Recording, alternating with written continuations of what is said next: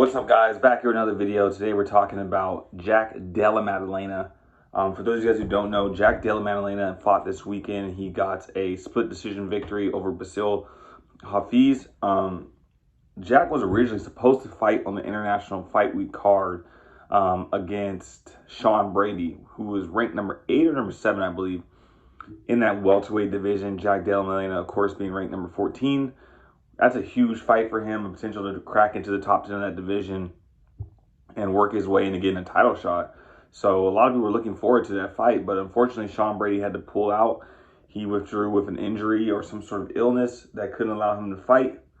And Della Maddalena gets a substitute opponent, and then also that fight doesn't happen. So he stays an extra week and he gets Basil, and that fight goes forward as the co-main event of this past weekend.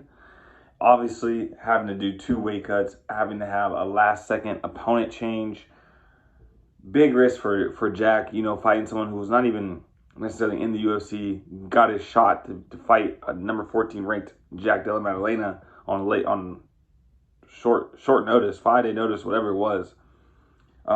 Presents a unique challenge for Jack, not in the fact that he's not better than this fighter, but you have no sort of understanding of how they're going to fight or how it's going to go. You kind of got to go out there and just rely simply on your skills, rely simply on your fight IQ to win the fight. And Jack was able to do that, but he definitely had some rough moments in that fight, some moments where he was getting taken down. He was trying to go for guillotines. He was losing positions.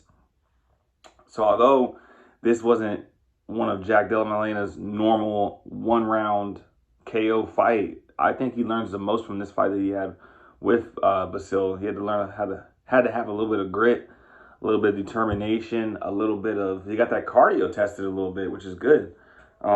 Before you get in that top 10 of that division or that top 5, you want your cardio tested. You want to be in a fight that kind of challenges you, have a little bit of a war to understand, to get that experience.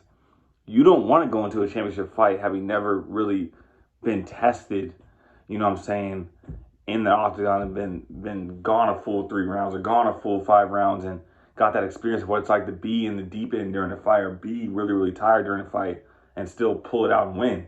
So Jack got that experience on Saturday against Basil, but it was definitely an ugly fight. I would go so much to say that you could have scored that for either or for a win, but it was very, very close. And obviously Jack being the bigger name, when it goes down to a judge's scorecard or a judge's decision, like I always say, this sport is about money. This sport is about driving big names. So you already know who it's going to go to.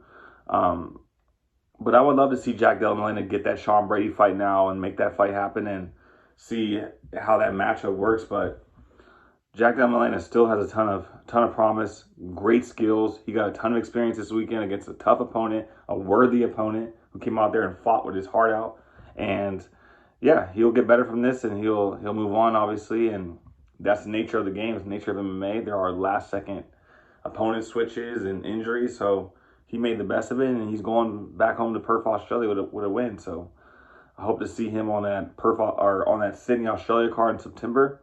But other than that, make sure you guys like, comment, and subscribe. Back in tomorrow, another video. Let's go.